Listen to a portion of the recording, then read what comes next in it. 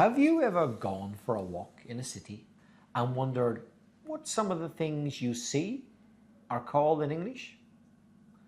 This is a thought that occurred to Marta, one of our regular listeners, and today we're going to explore some English vocabulary and collocations for the city. Whether you live in a big city, are traveling abroad, or simply want to expand your vocabulary, these words and phrases are extremely useful for intermediate and advanced learners. We'll explain the meanings, common collocations, and natural examples that native speakers use every day. Welcome to Aprender Inglés with Reza and Craig. Hi, I'm Reza. And my name's Craig. And with about 60 years of teaching between us, we hope to help you improve your English and take it up to the next level. Hi Craig. So, we've been recording for a couple of hours now. How are you holding up? Are you doing all right? I'm doing okay. I'm looking forward to a spot of lunch with you. I'm looking forward to our paella today. We're going for a nice restaurant meal. And yeah, our last podcast to be recorded today, English vocabulary for the city, which reminded me of mindset when you're learning English. Walking around, looking at things, noticing things. What are they called in English? What's that in the language you're learning? Does that ever happen to you? I know you've recently taken a Valencian exam. Yeah. Do you do that, walk around thinking, I wonder how you say lamppost in Valencia? I do. You do? I do that, yeah. That's a very good way of practicing vocabulary. Yeah. I think generally just forcing yourself to be observant and think what a word might be in a language is a good way of improving your vocabulary. Have you got your results yet? Because you've recently taken the C2 No, level. I haven't finished the exam yet. I've done all the written parts, but next Monday, so in about a week or so, I have the orals, which I'm expecting to do very badly in as usual, but let's see. I can only try. You always say that, and you always come out with getting through and getting the qualification. Oh, I don't know. I'm doing the C2, but I failed the C1 3 times before I eventually got it, so it's not always first time lucky. Let's see. Persistence is the key. So let us know. Keep us posted. Let us know what happens with the final results. So if you didn't know, this is very important to point out, perhaps for new listeners who don't know much about me. I studied Valencian. I failed the C1 exam 3 times. I know what it's like to do exams in a language and fail them. I've done it recently. I know your problems. You reach a plateau. It seems hard to get past, but you just keep pushing. Walk around in the streets, be observant, and think, how do they say lamppost in Valencia, for example? That's the way you got to do it. And this idea today, this idea of looking at vocabulary that you see when you're walking around the city comes from a friend of the show, Marta, from Poland, who sent us this lovely voice message. Hello, Reza and Craig. I've just listened to your latest podcast and I found it very informative. It's incredible that the Romans were such good engineers. However, modern cities are packed with all kinds of infrastructure.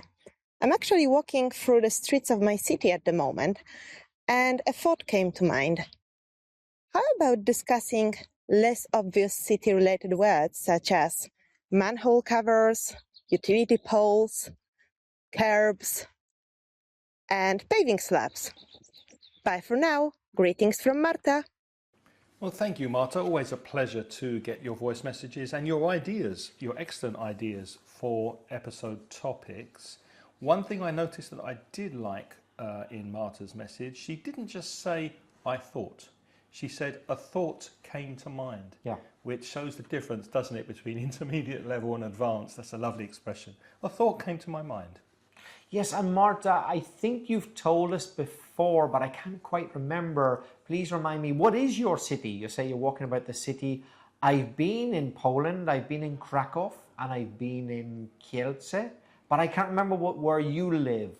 So could you remind us, what is your city? I know that Krakow is a very beautiful city, one of the nicest I've ever seen, that's for sure. Where's your favourite place to walk around in Valencia? In the city?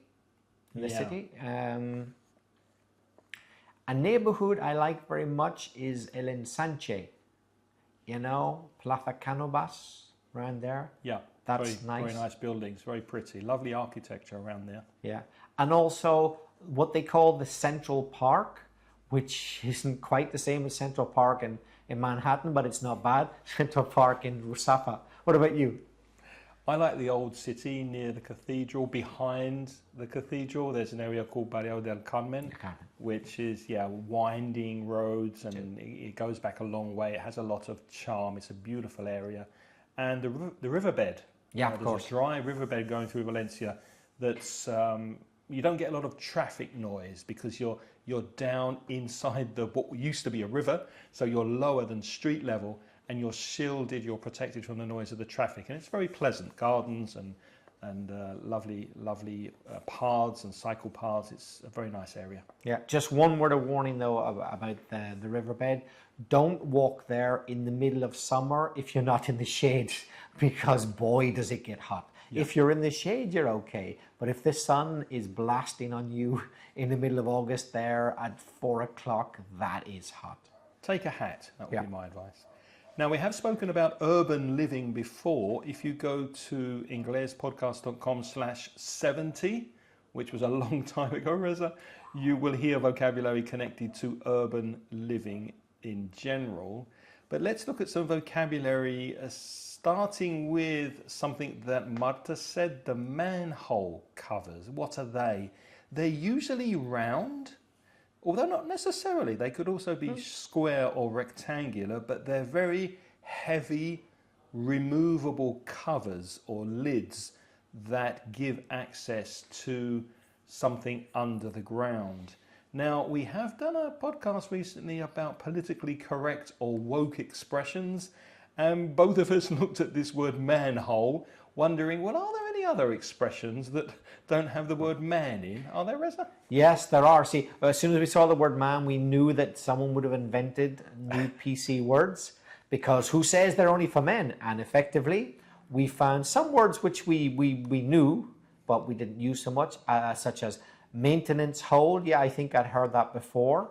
And also, I think I'd heard sewer access point or something like that. That sounded familiar. But as well as that, we got access chamber, utility hole, and inspection chamber. Inspection chamber. All of those ways of avoiding saying the word man, and in some people's eyes making it sexist. So a more PC way of saying a manhole cover. Inspection chamber sounds like an operation you might have at the hospital with a camera going somewhere. Now, other things you might find walking around the streets is telegraph poles. A pole is a tall... Marta's a pole. Oh, well, she is from Poland. Ah, yeah. And she's also a Pole. Yeah. Marta's a Pole. Marta's a Pole. You will find a lot of Poles in Poland. That you can be sure. If you ask her and other Polish people, you'd be doing a pole. A pole of poles. Yeah. Yes, so 3 meanings of the word pole, different spellings. But a telegraph pole is a support that can be used for connecting electrical wires or communication wires. So they're very high, tall structures that you see in the streets connecting communication networks and other things.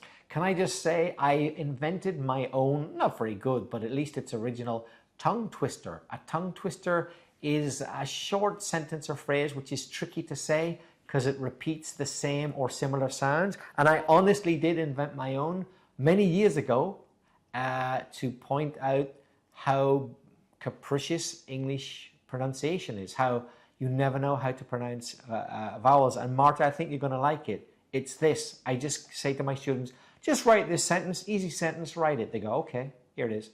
The Polish police polish Poles. Write it.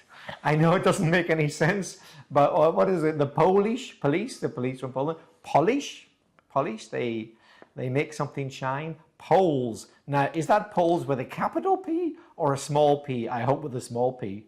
I hope if the Polish police polished poles with a big P, they would be going around touching people with a cloth. but hopefully they're not doing that. Get I should arrested copyright for that. I'm proud of that. The police, police poles. That's my tongue twister. The Polish police polish poles and lampposts. I asked Reza if he knew the Valencian language word for a lamppost. A lamppost is a pole or a post in the street with a lamp on top so that you can see where you're going at night. A lamppost. Another thing you'll see in the streets of any city are benches. Now, for our Spanish speakers, classic word they get wrong. They always say banco because the Spanish word for bench is banco. No, in English, a place where you can sit in the street or in a park is a bench. Something you'll see when you're walking around, well, or driving around, because these are very common on highways and motorways, and they are advertising hoardings. Now, there's a strange word, H-O-A-R-D-I-N-G-S, hoarding, and advertising hoarding. They are very large boards or panels that people can advertise on, and you see them on the side of the road. If you're driving down a road, a highway, a motorway, then you might see advertisements on these huge advertising hoardings out in the city. Now, I can't speak for all nationalities, but I imagine it's a similar case for all or most. Spanish speakers, they do not like two ing words being together. They think it can't be, that can't be right. There can't be such a thing as an advertising hoarding. ing. Well, there is. There is. You could have three together and it'd be no big deal. What are you doing? I am looking at advertising hoardings. That's a perfect, three ings, two right beside each other. Spanish speakers just don't like it. Two ings together, they don't like it. But Craig has just given you a collocation with two ings beside each other. It's no big deal in English. It's perfectly normal. An advertising hoarding. Between two buildings, you might find an alley, A-L-L-E-Y-S. An alley is a narrow passage in a street. It could be between two buildings, it could be behind a building, and not usually for traffic. So yes, you can walk down an alley, you can ride a bike down an alley, but they tend to be very, very narrow. So not usually for cars or vehicles. And what if it's a blind alley? Then there's no exit. You're stuck. You get to the end and it's blocked. So a blind alley has no way out on the other side. But you can see it. But you can see it, yes. You're not completely blind and the alley's not blind. It's just one way. Yeah, no exit.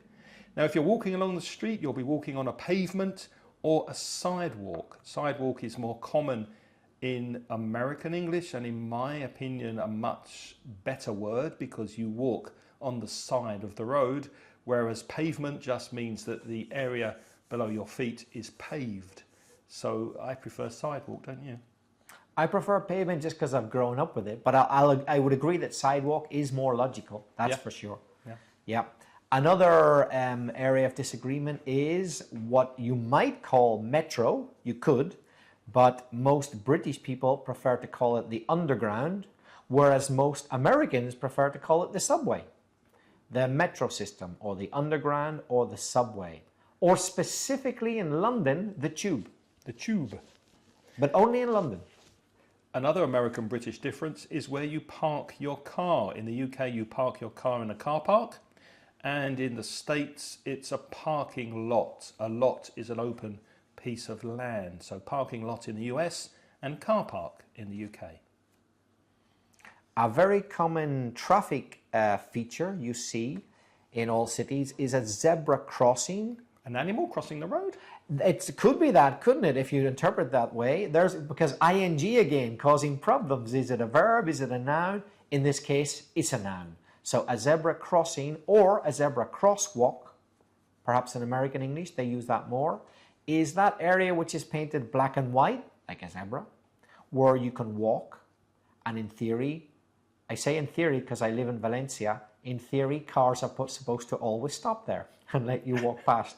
And if there happen to be also flashing lights as well as the black and white painting, then it's a pelican crossing.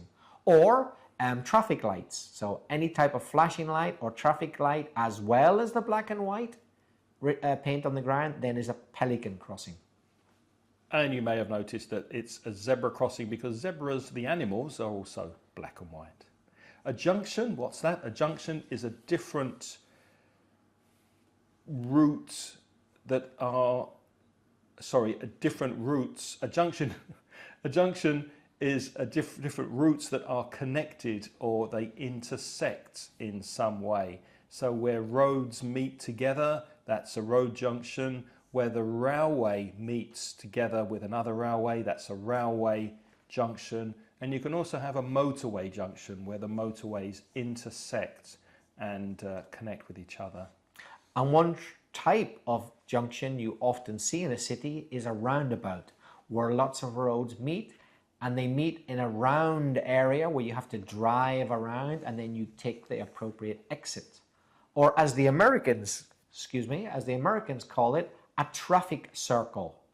They do have some in America, but not that many. The Americans aren't keen on roundabouts. They much prefer traditional intersections, junctions, don't they? Yeah, they do. Yeah, that's true. Now, three words which it's important to make a distinction between is inner city, suburbs and outskirts. Inner, inside, you might guess, inside the city. The inner city, the centre of the city, inside the city limits. And suburbs and outskirts are very similar, but the suburbs of a city, that's the residential area on the edge of the city. And the outskirts are the outermost parts of the city with less population. So in the outskirts of the city, you usually have fewer services and less population, whereas the suburbs can be quite populated, but they're not really inside the city. So I personally grew up in a London suburb, and Reza, you grew up in a suburb as well in Belfast, didn't you? I would call it the outskirts where I grew up. Yeah, I grew up in the outskirts. Very sparse population. Yeah. Yeah. To give you an idea, my bus stop was the very last bus stop of the Metropolitan bus service. So right at the edge, the outskirts. Just technically not even in the city. Technically, I don't come from Belfast. I come from the town next door, but we say we come from Belfast because it's close enough. Lisbon, right? Lisbon. Good memory. Yep. The city centre is the centre of the city in British English. However, in America, they call it downtown. So in the States, downtown New York is right in the centre of Manhattan, and the city centre in London is in the centre of the city of London. Another word often associated above all with cities, particularly big cities, is slums. Singular slum, plural slums, both are used interchangeably. It's a very, very poor area, very run down. That means it's in a very bad condition. The buildings are not well maintained. Only poor people live there. A deprived area that really should be fixed, should be improved. That is a slum or slums. At the side of the road, you'll find the curb, C-U-R-B. What are the curbs? Well, they separate the road from the pavement or the sidewalk, and the curb is raised from the level of the road. So the curb, the sides of the road, raised higher, only usually about 6 inches or 8 inches or so.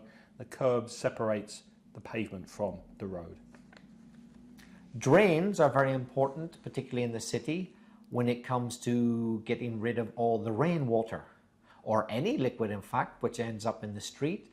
If we never got rid of it, well, we would have to swim to get anywhere in the city. But luckily, there are holes in the ground. Those are the drains where the water goes into. You can also use it as a verb, so the water drains into those holes. So the drains take the dirty water away to, well, wherever it goes. I guess eventually it ends up in a water treatment plant or out at sea after it's cleaned, I guess. Yeah. That's where the drains take the water.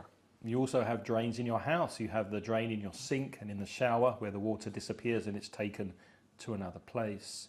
The gutter, I mentioned curb before, so the gutter is at the bottom of the curb and it carries the rainwater away and takes it to the drain.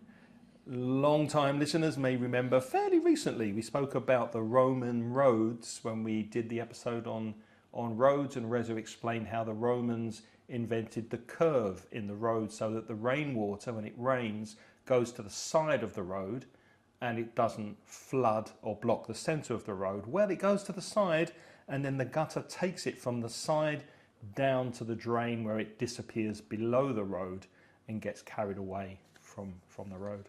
Craig, has anybody ever told you to lift or raise yourself out of the gutter? Yeah, my dad. Yes. What did he mean by that? Were you literally lying by the side of the road? I don't think so. What was he talking about? Actually, I have when I used to drink a lot of beer. That's pretty bad. In my formative years, You literally ended up sleeping in the gutter. I have slept. This is really embarrassing. I've slept in a digger. Wow. A digger. I slept after a heavy night of drinking in a digger, one of those big machines that dig up earth at the side of the road. So yeah, I have been in the gutter a couple of times, and my dad said, "Come on, son, get out of the gutter. Yeah. Make something of your life." That's what it is, yeah. So if you're in the gutter, you are in a bad place, you're living a disgraceful, dissolute, or pathetic, a useless life. You're in the gutter. A paving slab is a path that has been covered with cement. Usually if you have a driveway that goes to your house where you park your car, it might have paving slabs. They're flat stones, concrete pieces that you put on the ground, and then it becomes easier to walk or drive on paving slabs. You can have a patio that's paved as well, flat stones on the floor. One thing you won't see much outside cities, you won't see them much in villages, are skyscrapers. So those very, very tall buildings, extra tall buildings, which seem to scrape. Imagine it was a person with fingers literally touching the sky.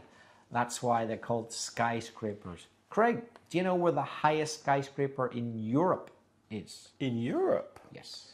Is it the Shard in London? Nope. Think much closer. You'll have to tell me. No idea. Benidorm. Oh, the hotel. Yes. I've seen that driving past on the motorway a couple of times. It's huge, isn't it? It's very high, very tall. Yeah. By European standards. The Americans and the Chinese would laugh at it, I dare say. They have much higher skyscrapers, but the highest one in Europe is actually in Benidorm. Yeah. Yeah, it's a skyscraper. Lots of skyscrapers in Benidorm. Regeneration. If you regenerate a city and you gentrify it, which you make it more upmarket, more appealing, definitely no slums in a gentrified area. So regeneration, regenerating the city, gentrifying the city, putting lots of expensive shops and cafes and wine bars, etc. makes it more expensive, but probably more pleasant as well. Let's talk about some collocations now, which are commonly used to talk about cities. So collocations, just to remind you, refers to when two or more words tend to frequently go together. It's conventional, it's standard to put them together. I think Craig already mentioned heavy traffic. Heavy is the adjective which goes with traffic when there's a lot of it. And the opposite would be light traffic. But in a city, you're more likely to find heavy traffic. We mentioned intersection at the beginning of the podcast. It can be busy, which means there's a lot of traffic there, a busy intersection. And there are a couple of words that are really opposites. You've got crowded street, a crowded street with a lot of people. If a place is crowded, then it's full of people. Or a quiet neighborhood where there isn't a lot of traffic and it's very peaceful. How would you describe your area, Reza? Musafa, is it quiet, crowded, busy, residential? Well, since it's an area which has undergone a lot of gentrification, it wasn't such a popular area 10, 15 years ago, but it is now. The streets are fairly busy. I wouldn't call them crowded, but they are busy. Perhaps I would call them bustling. Or buzzing. Yeah. Or buzzing. There's a buzz. They're definitely alive. There's a lot of life. They're not crowded in the sense that there's not too many people. There are a lot, but they're still manageable for now.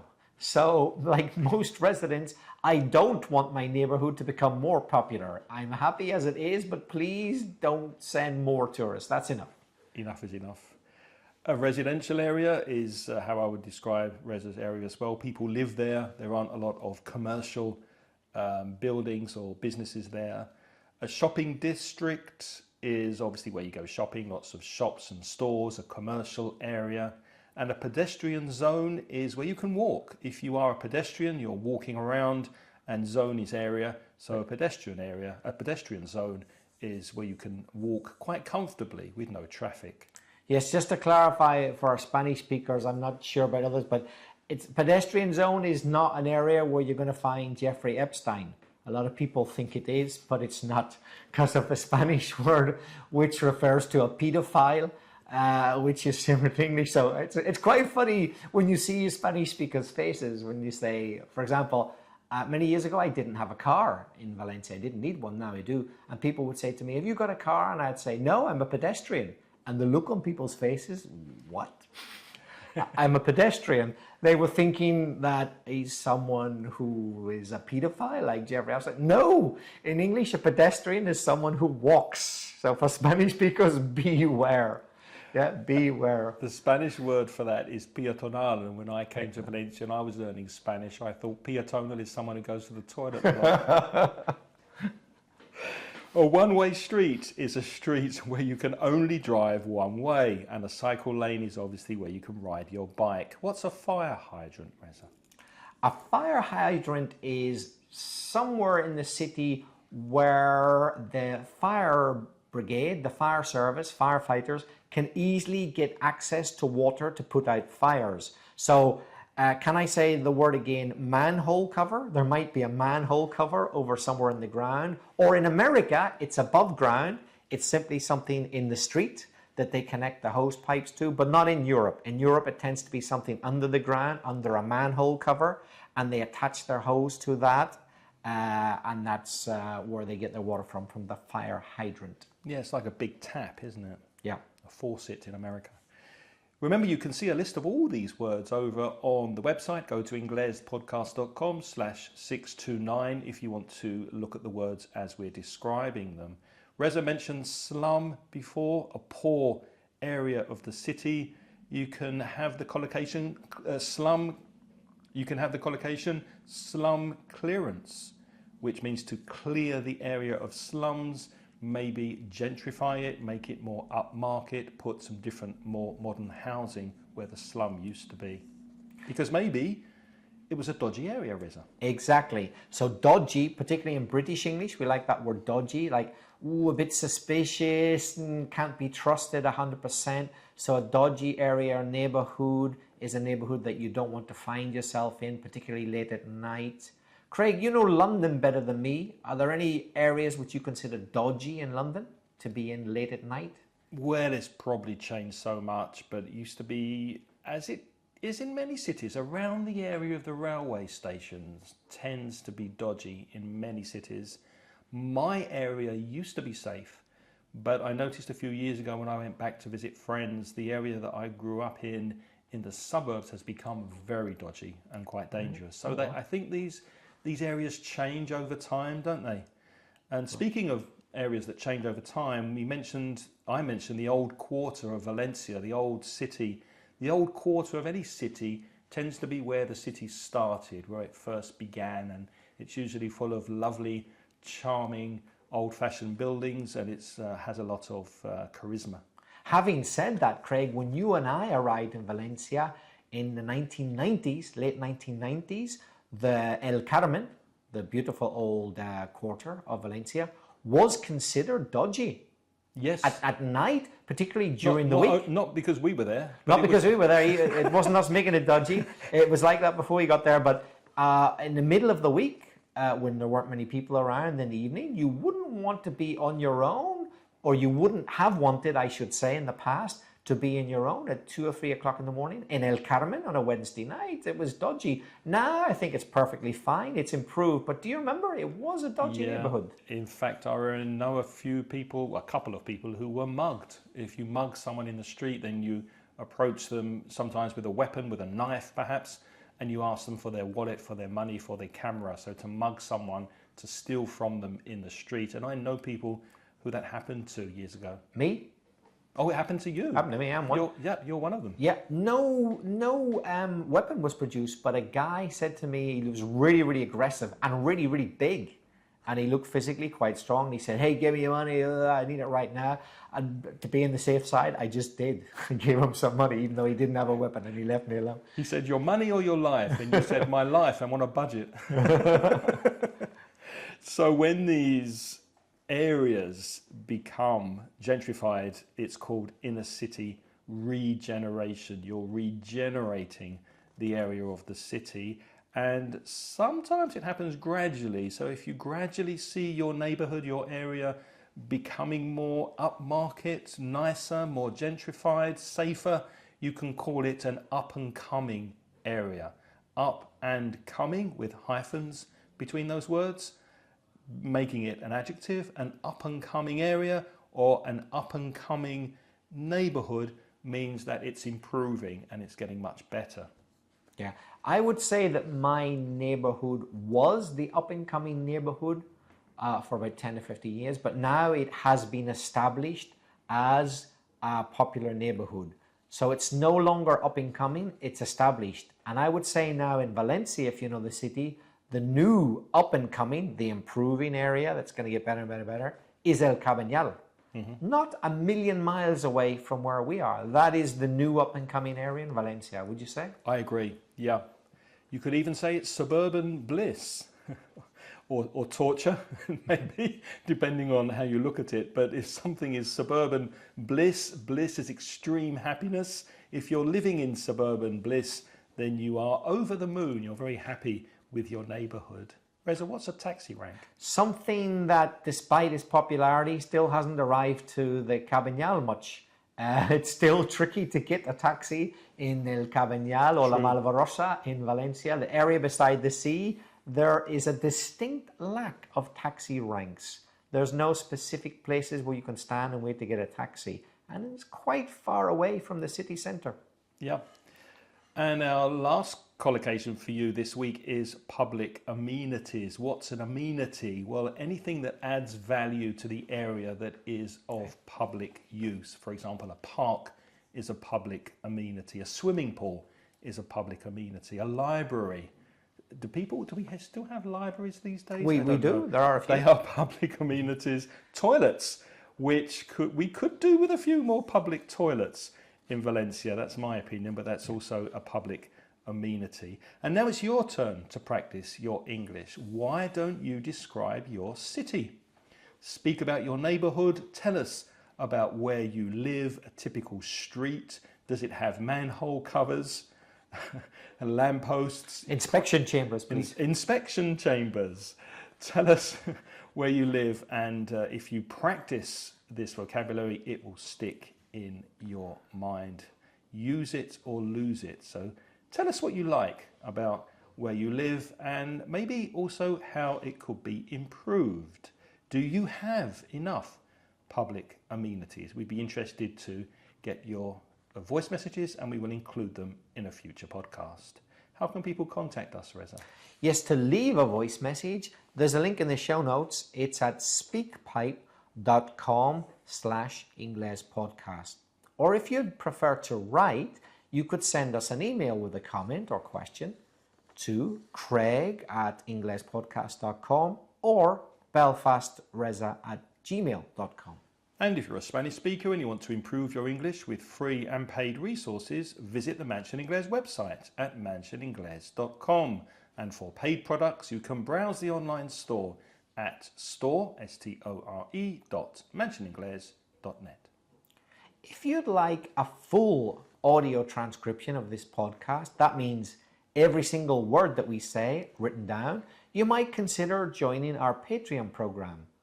As a member of the Patreon scheme, you'll receive the full audio transcription by email every week so that you can read every word that we say. And also, as an added bonus, you'll get a monthly invitation to join Craig for an informal chat on Zoom to practice your speaking. If you're interested, have a look at the link in the show notes. It's Patreon, that's Patreon.com/Inglespodcast. And our sincere thanks to all of our lovely Patreon supporters. Thank you very much. What's next week?